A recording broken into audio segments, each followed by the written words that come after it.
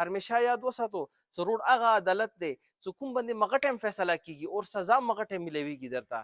السلام علیکم ورحمت الله. د ما پښتنو رونو د ډیره ضروری ویډیو دی د تاسو خامخا سوچ وکړو د ما خبرې غور سره واورو چې تاسو خوشالیانه غم ته بدل نشي. همیشه یاد وساتو چې د مو کې پی کې سایت خیبر پښتونخوا سایت کې چې کله هم ودونه مدونه کیږي نو هغه کې ډېر غټي حادثې کیږي هغه د واجب نه خلکو خوشالیانه غم کې بدل شي. نو زه تاسو ته یو خبرې کوم هغه به ځنونه پوي کو کوشش وکړو چې هغه فالو کو چې تاسو خوشالیانه په خوشالیانه غوندي شي نه غم کې بدل شي. همیشه یاد وساتو چې کوم د ژړی گاډی وي هغه ولا شیشه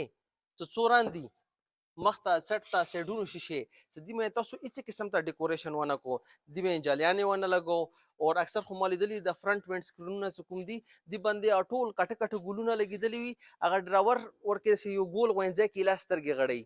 کچره ډراور د پر ډیر بلایند سپورټس جوړ دی هغه ته ډیر ځایونه نشي کته نو هغه به ایمرجنسي حالاتو کې یا एकदम څه خطر راغله هغه کې به هغه څنګه فیصله کوي نو کې د شي د غاډه اکسیډنټ وکي د وجه نه کچره تاسو سکرینونو باندې هیڅ قسم ته ګلونه ملونه نه وی لګولي جالي مالی منی وی لګولي نو هغه په صحیح طریقې سره روډ کتل شي نو هغه به حادثه نه ځان بچوي شي او نور کچره ګاډي دی ان ترسي یا خطر راسي هغه به د آرام سره لیدل شي او دا به بهترین ډرایو کولای شي. هغه نه علاوه یو څو خبرې نور هم شته دي دغه کوم د ژړی گاډی وي هغه پسې څټ کوم گاډی دی کوم بارات والا گاډی دی هغه کې ډیر گاډی کوشش کوي چې دی گاډی څټ بالکل روان شي یا دینه مخکې روان شي او مختلف قسم ته مستیانه روډ باندې کوي مو کې پکې سایډ ته خو اکثر خلک فایرنګ کوي